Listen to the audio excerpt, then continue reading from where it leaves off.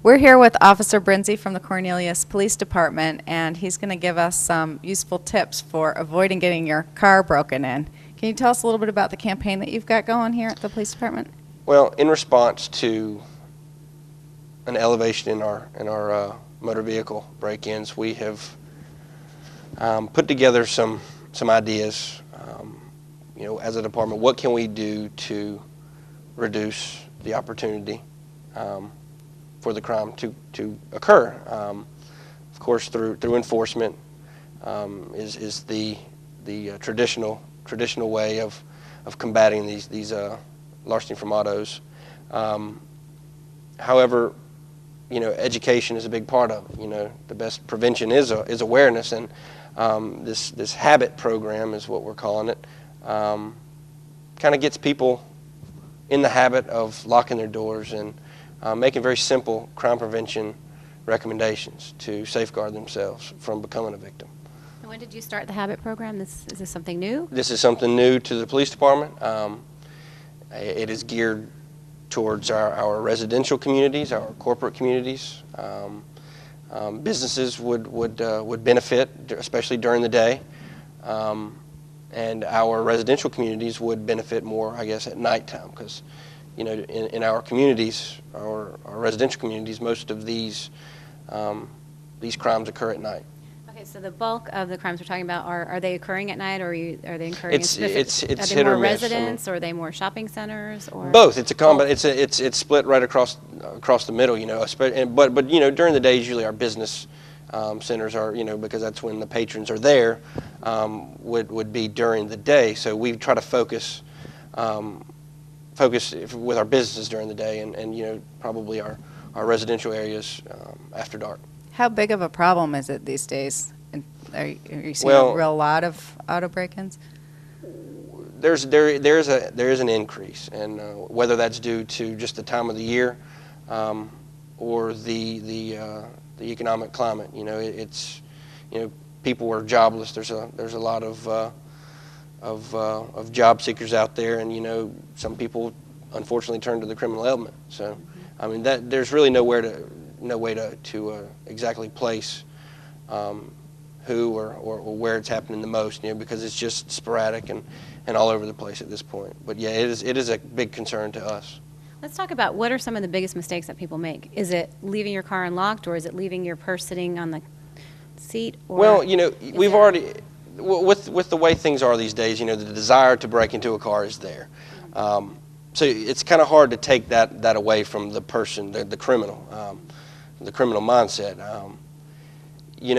What we as citizens can do is to take away the opportunity, because that's what they're after, the opportunity.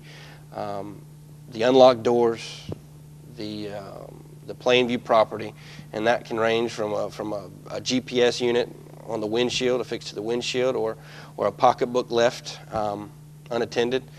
Anything of opportunity and of value is what they're looking for, because they're not in the business to get caught. They're looking to get in there fast. They don't want to break into a car that could yield nothing. So they're looking for the easy opportunity. So it's mostly loose property that's in the car, as opposed to people ripping out stereos like they used to. Does that still happen? Yeah, I mean, it still happens. It's a risk. There's always a risk for that to happen. But usually these are easily obtainable items. Like I said, laptop computers. Now with the holidays, shopping bags. I mean, it's an easy grab. Loose change, especially vehicles at night. People leave change, and petty items, but still of value. And taking all that out and locking your doors would lessen the chances. They'll if the door's locked and there's nothing in plain view right there at the moment, chances are they'll move on. They really, So they're really looking for cars that are not locked. Is that? Yes. Okay. Yep. And it's been known, it's been known to be called car bumping, car jumping, and that's usually referred to as breaking into a car, and that's what it's been known for them to just walk through a neighborhood, house after house. And there's a lot of environmental factors, especially in Cornelius, because the neighborhoods are back to back. They can easily move from one neighborhood to another. So there's a number of things that you can do to safeguard yourself. But the habit program, getting into the habit, it's a simple icon, it's a simple concept. an acronym that stands for HALT Auto Break-Ins today. And it's just probably the easiest and simplest form of crime prevention. It's just education. And that's our goal for this particular program. Well, that's a great reminder for everybody. I think we all need to get out of the habit of maybe using our cars to store sports equipment and stuff too, which, you know, a lot of people have done, and make sure that when you walk away and you click the little button to lock your car, it actually, you can hear it click and bring your GPS in with you. And, you know, and another factor is the cars are left outside far too frequent. You know, you drive through a neighborhood and cars line the street, which is huge opportunity for somebody looking for quantity. You know, there's a lot of bang for their buck there in that particular area, and this is widespread. I mean, no neighborhood in particular, but people seem to not use garages like they were originally intended. You know, now they're a means of storage. So people, stuff. Yeah, absolutely. So locking your doors and you're removing your valuables is probably going to be your one-way ticket. And I mean, there's always a risk of it happening, but generally speaking, we see unlocked cars with plain view property. Now, when you talk about break-ins, I think of a window being smashed in to grab something out. Is that happening as well? Are there a lot of actual break-ins? Not near as frequently. Not near as frequently do we see broken windows. Now, every now and then we get a case, an isolated case, and you know, usually they're after something of value that's in plain view, that obviously the door was locked.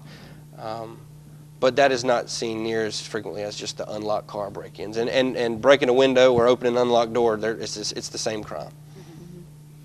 Well, we really appreciate you talking to us about this, Officer Brinzy. It's a great advice and a good reminder for people, and it's a great program that you have to get the word out.